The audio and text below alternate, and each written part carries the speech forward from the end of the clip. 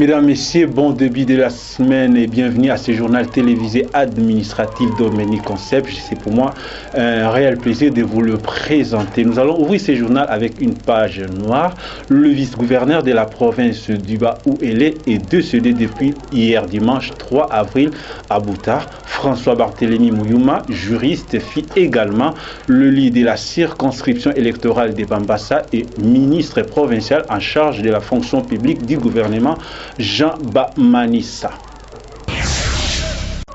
La plupart des Congolais ont des appréhensions différentes quant au terme administration approché par notre rédaction. Maître Carlos explique au micro de Dodo Kalonji ainsi que la Mama Abweko. Pour bien définir l'administration, il faut d'abord l'opposer avec la politique. Parce que souvent on entend ça c'est une fonction politique, ça c'est une fonction administrative. Donc,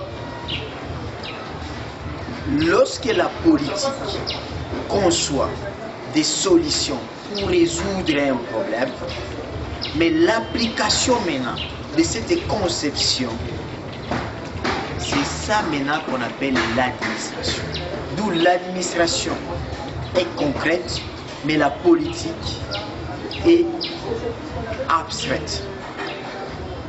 Donc la mise en procédure de toute cette conception, des décisions dans une organisation, c'est ce qu'on appelle l'administration. Maintenant, elle peut être publique ou privée. Publique, c'est tout ce qui relève de l'État. Lorsque ça relève d'une institution publique, donc de l'État, c'est qu'on voit l'intérêt général. Ça appartient à toute la société, à tout le monde. Et là, il y a toujours ce qu'on appelle la logique juridique. On respecte plus la procédure. Mais tandis que l'administration privée, c'est une application des conceptions, des décisions, mais dans une institution de particuliers. Et là, ça vient des organisations sociales, surtout chez les anglo-saxons. Là, on privilège plus le résultat que la procédure. Donc, c'est ce qui fait que les formats que nous avons de la fonction publique, des fayoles, l'unité de commandement, des tailors, ce sont des formats, des organisations très dépassées, archaïques. Aujourd'hui, lorsqu'on parle de l'administration, on ne voit tout simplement pas la politique, mais il y a maintenant une trilogie. La politique, l'organisation et puis l'administration. Mais un pays qui veut se consolider, qui veut aller en avant, on doit respecter l'administration. Vous avez vu la Belgique. La Belgique a fait 8 mois sans gouvernement, mais avec les secrétaires généraux, avec l'administration, les choses ont bien fonctionné. La plupart de nos compatriotes ignorent le vrai sens du terme patriotisme. Par conséquent, ils ne peuvent être de bons patriotes. À ce sujet, le coordonnateur de la nouvelle société civile du Congo en parle. Il est une fois de plus au micro de Dodo Kalonji ainsi que Rigen Ainaka. Le patriotisme qui désigne le dévouement d'un individu envers son pays qu'il reconnaît comme étant sa patrie est à ne pas confondre avec le nationalisme qui est l'ensemble des principes qui ont constitué la nation et lui permettant de se maintenir incorrompu dans ses caractéristiques nationales qui font ce qu'elle est. À ce sujet, le coordonnateur de la nouvelle citoyenneté, Jonas Tchombela, explique. Bon, je ne sais pas comment qu'est-ce que vous appelez aimer le pays, c'est quand les gens sont en train de détourner des salaires de leurs compatriotes en toute impunité. C'est ça le patriotisme, ça sévit. Il y a des gens qui dans ce pays qui ont détourné des fonds, il y a des gens dans ce pays qui construisent, il y a des gens dans ce pays qui font volatiliser l'argent du fisc, qui ne profitent pas, il y a des gens dans ce pays qui ne payent pas l'impôt. Voilà.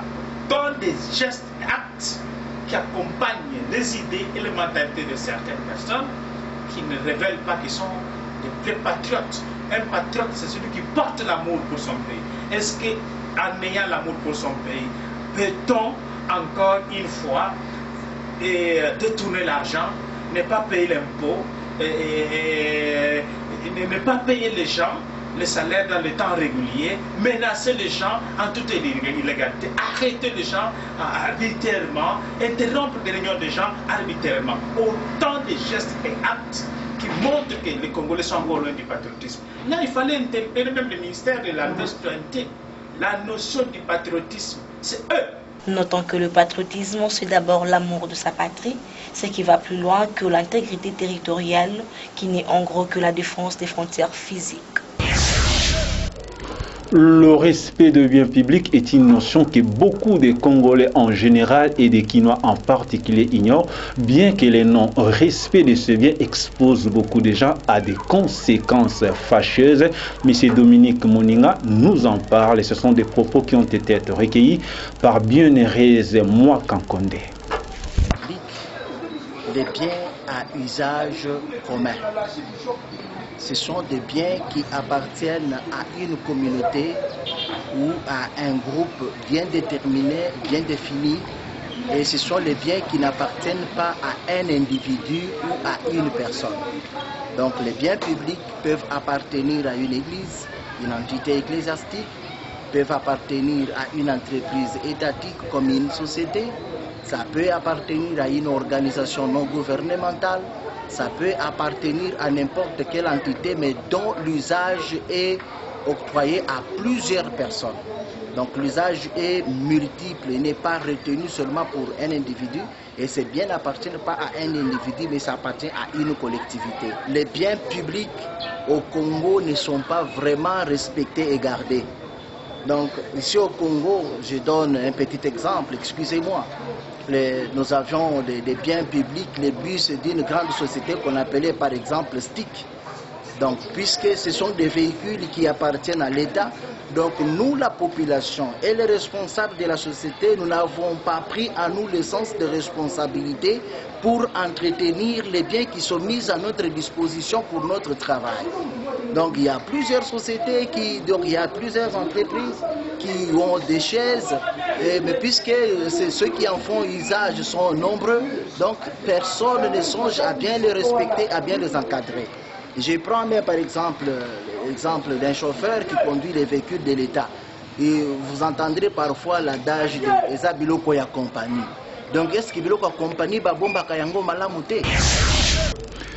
À cause de ses performances, sa prise en charge de la jeunesse congolaise, tant dans le secteur éducatif que social, le coordonnateur Florent Ndokimwanda de l'auto-école Camps GESEM a été honoré le week-end dernier par l'ONG des journalistes en lui décernant un diplôme d'excellence et de mérite civique. Joël Nomankwe ainsi que Jimmy Kassongo nous en parlent. Honoré cet avant-midi dans la scène de son école de Kindélé devant les professeurs, cadres et élèves, le coordonnateur Florent Ndokimwanda a reçu un prix d'excellence de mérite civique pour ce prouesse, entre autres, l'encadrement de la jeunesse et de toutes les personnes et personnalités du pays, les grands services qu'il rend à la nation. Il est parmi les fils du pays qui se battent bec et ongle pour former la jeunesse en leur dotant amitié. Après avoir reçu son prix, il n'a pas manqué de dire un mot. Au nom de notre structure et à mon nom propre, dénommé Centre d'apprentissage de métiers spécialisés, on cible les camps GESEM, je suis non seulement flatté, mais reconnaissant envers l'Éternel, qui du reste ne cesse de nous soutenir pour nous donner l'intelligence qu'il faut, le courage, le dynamisme et la force de continuer à encadrer cette jeunesse qui a été désemparée. Mais grâce à nos efforts, grâce à nos initiatives, les jeunes ont retrouvé leur vie. Et aujourd'hui, ils sont prêts à pouvoir participer au développement de notre pays par rapport au mot d'ordre de notre gouvernement, parce que les jeunes doivent se prendre en charge. Je suis très reconnaissant, une fois de plus, à vous pour le travail que vous avez fait, celui des sondages, pour voir comment nous sommes en train d'œuvrer en supportant et en soutenant notre pays qui est dans un état de sous-développement. Et au jour d'aujourd'hui, je suis très reconnaissant parce que les gens comprennent qu'il faut apprendre un métier, car dans un pays sous-développé, sans les métiers, il est difficile que les jeunes puissent vraiment évoluer bonnement. Ces services servent pour l'instant 4 provinces à travers la République avec la formation de la conduite mécanique, esthétique et autres. L'agriculture à travers le monde constitue un poumon de développement, mais en République démocratique du Congo, cela semble ne pas être le cas. Approché par nos reporters, Dr Lucien Niembo tente de donner quelques éléments de réponse à ces sujets. Bien heureuse moi Kankonde ainsi que la Mama Agweko pour ce reportage. L'agriculture étant un facteur important du développement des nations, mérite d'être compris par bon nombre de citoyens, bien que chacun de nous définisse ces concepts de sa manière. Mais pour avoir la vraie définition de ces concepts, Dr Niembo explique. De manière simple, l'agriculture c'est l'ensemble des travaux du sol pour obtenir des produits végétaux ou les produits d'élevage ou les produits animaux. Sinon, il y a des gens qui considèrent l'agriculture comme étant un art, et d'autres comme étant une science. Il faut dire ici qu'aucun pays au monde ne s'est développé sans l'agriculture. Pourquoi on peut considérer que l'agriculture constitue un poumon de développement? C'est parce que l'agriculture en fait répond aux besoins alimentaires de différentes populations. Il y a un slogan qui est simple, qu'est-ce qu'on dit? La vie de l'homme dépend de son alimentation. Or, son alimentation dépend de l'agriculture. Donc, la vie de l'homme dépend de l'agriculture. Et nous, ici au Congo, nous avons des potentialités énormes. On dit que nous avons 80 millions d'hectares arables. Au jour d'aujourd'hui, seuls 8 millions sont cultivés. Donc, il y a moyen, n'est-ce pas, de pouvoir développer notre pays par le développement de son agriculture. Aujourd'hui, la République démocratique du Congo arrive-t-elle à tirer un maximum de profit dans ces secteurs? Le docteur Niembo réagit. Vous savez, parce que notre agriculture n'est pas très développée, aujourd'hui nous importons énormément. Donc, nous importons des produits alimentaires des pays, d'autres pays, d'étrangers. Alors, ce qu'il faut donc arriver à développer notre agriculture pour que nous puissions tirer, n'est-ce pas, profit de notre agriculture, arriver à économiser les devises, que nous puissions plus utiliser les devises pour l'importation de denrées alimentaires, mais que nous puissions au contraire trouver tout, n'est-ce pas, ici localement, parce que la vraie indépendance d'un pays, c'est l'indépendance du ventre. C'est qu'il faudrait que le pays arrive à une situation d'autosuffisance alimentaire. À ce jour, de certains importants méritent d'être pris en compte pour le développement, à savoir la pêche et l'élevage. À ce sujet, le docteur Niembo tente d'y répondre. Quand on parle de l'agriculture au sens large, ça englobe donc la production végétale, la production animale et la production halieutique. C'est qu'à ce niveau-là, on peut dire l'agriculture va de pair avec l'élevage, avec la pêche. Mais certaines personnes préfèrent ramener l'agriculture au sens strict, et là, l'agriculture se confond à la production végétale. Comme vous le savez, le journal télévisé administratif vous a déjà habitué à cette rubrique de lutte contre le chômage. Dans cette lutte contre le chômage, JTA Dombeni a promené son micro dans le riz de Kinshasa, question d'encourager ceux qui travaillent sans se gêner ni attendre qu'un emploi leur soit créé par le gouvernement. Nous allons les suivre à travers ces propos qui ont été recueillis par votre rédaction. Goigoi toboyi na basi ya Congo toboyi goigoi parce que basi esengeli le koteka kovana na ndako eza malamu te mwasi nyonso esengeli ateka yo mwasi yo fona loba makasi po bayeba ngai basi bavana na bandako batala mibali esengeli te foko bima mwasi nyonso foko luka mwasi azali edi ya mobali musunga mobali mobali bazali musungi ya mwasi goigoi toboyi goigoi.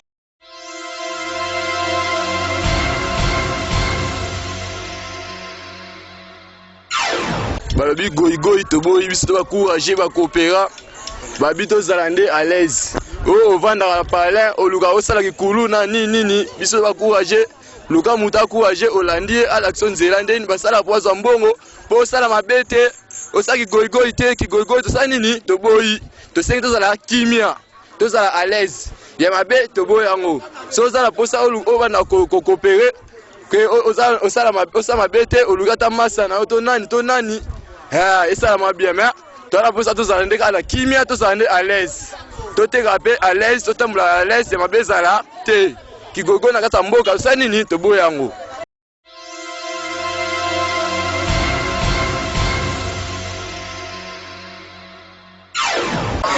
Goigoi toboyi esengi de nasala boro pour ne staff ya koluka moi mosolo pour na lisa bana na kosenga na bajene bavanda na ndaku basala misala te yole okoya liboso masalukela nga shimboki boye na boye na kosenga ifa babimata na mwa kwe moko boye bamekota ta cigarette ameka koteka luka mambonga kosoulager nango ata minga oloba te na mona suki ndewa goigoi toboyi.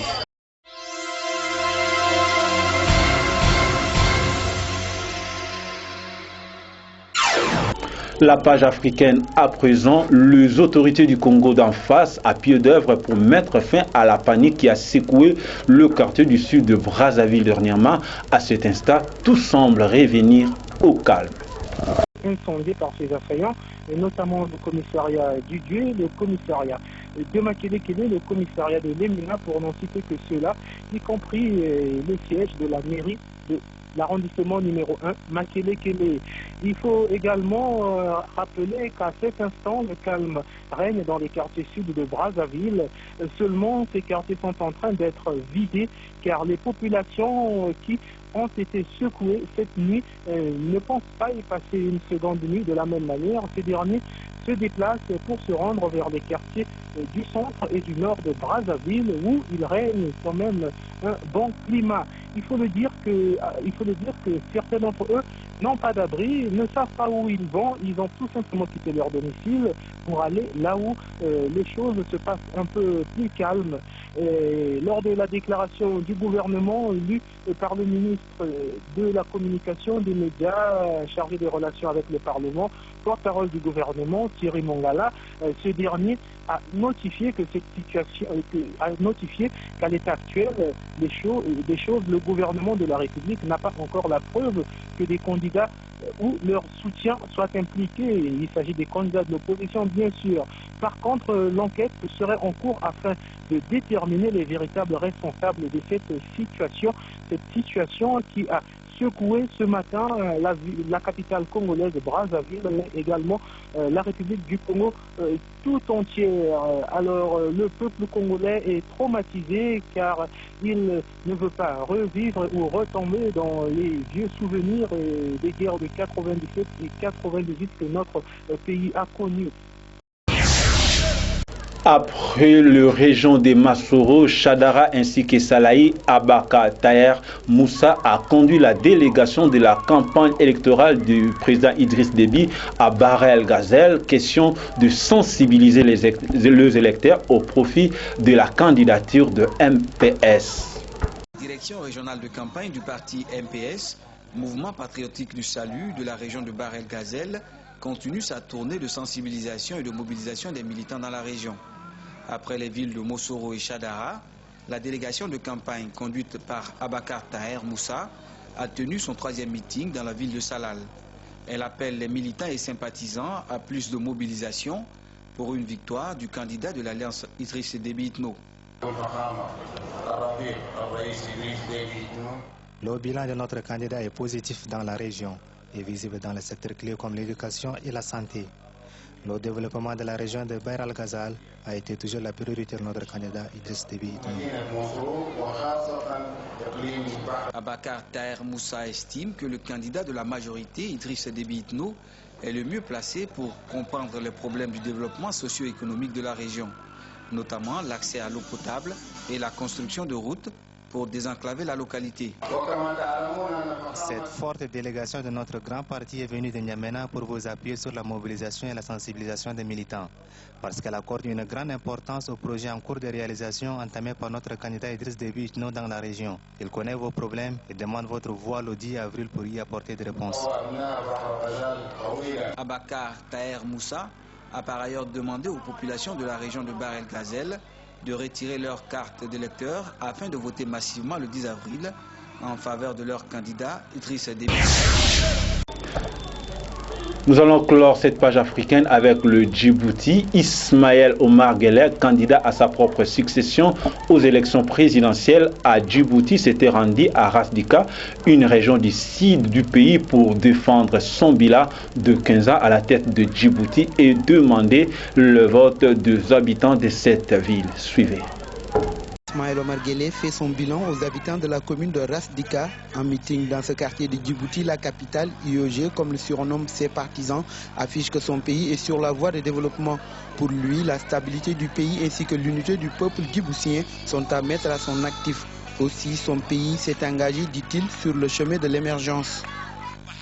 Personne ne peut légitimement contester la propension élevée de notre pays à aller dans le sens du développement. Les preuves sont là. Elles sont patentes et limpides. Toute personne mue par l'honnêteté intellectuelle est acculée à reconnaître les réalisations hautement positives enregistrées dans notre pays durant les 15 dernières années. Des milliers d'emplois aussi générés durant ces temps. L'acquisition indénombrable d'écoles, d'universités, d'hôpitaux plaide en faveur de notre bilan. Et nous comptons surtout pas nous en arrêter là. Le leader de l'Union pour la majorité présidentielle UMP, Ismaël Omar Guelleh, est en compétition avec 5 autres candidats à cette présidentielle. Il estime être le seul candidat capable de guider les destinées de son pays, le Djibouti. Je sais que les autres candidats à l'élection présidentielle suscitent en vous de l'ironie. Je sais qu'en les regardant à la télévision, vous vous demandez s'ils croient réellement en le fait que les Djiboutiens soient capables de leur confier les destinées du peuple. Même s'ils ont le droit de se présenter à l'élection présidentielle, nos compatriotes sont aujourd'hui suffisamment matures pour ne pas, à travers leur vote, remettre les destinées de notre pays entre les mains de quelqu'un qui ne remplit pas le profil d'incarner la charge la plus élevée du pays.